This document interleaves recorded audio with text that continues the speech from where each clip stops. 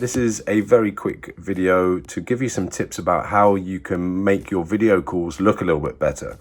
Now this obviously looks terrible. I've got awful lighting. The angle isn't so great. It's not a very flattering picture and you can barely even make out that it's me, which might be a good thing for some people. Now, the first thing that we're going to do to make this better is we're going to move the camera on the laptop so it's a bit more of an eye level. Okay, so something like that. I've just got 7 books here that I've piled it up on, and already that's starting to look a lot better. Now, the second thing that we can do is make sure that the brightness on your laptop is turned all the way up. Okay, that's mine on full, and now we've got that nice even light around the face there, which is really helping to make that awful picture look slightly better.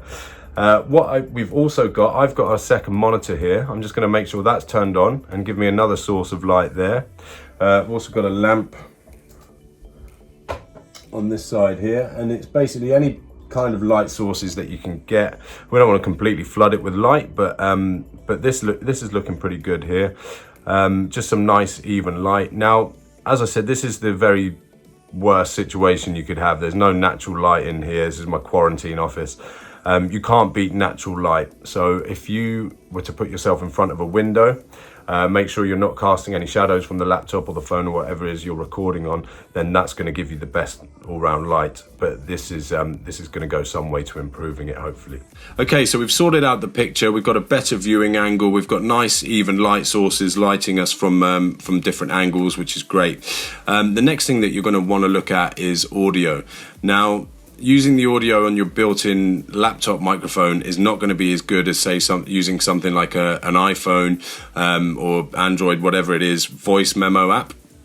Now, what that's going to allow you to do is get the source of audio much closer to your mouth. If you're going to record the video, then you obviously don't want to be holding a phone here. So I've just sort of popped mine down here on the laptop there, which is resting there nicely. So it's quite a bit closer to my voice, which is going to give us much better, more professional sounding audio. If you're just taking audio, then obviously it doesn't matter if my hand's in shot here. What I would do is hold this about sort of 5 or 6 inches from my voice here, and this will vastly improve the audio that we're collecting here. Okay, and then it's just important just to get a nice, I've got my elbow on the desk here, get a nice stable stance with your arm here, and then don't be moving it around. Of course, this is going to affect the audio. Banging on the table is going to affect the audio. Don't ever sort of cover the microphone with your hand, stuff like this. You're just going to keep it there nice and steady, 5 or 6 inches away from your mouth, and then hopefully get some decent audio.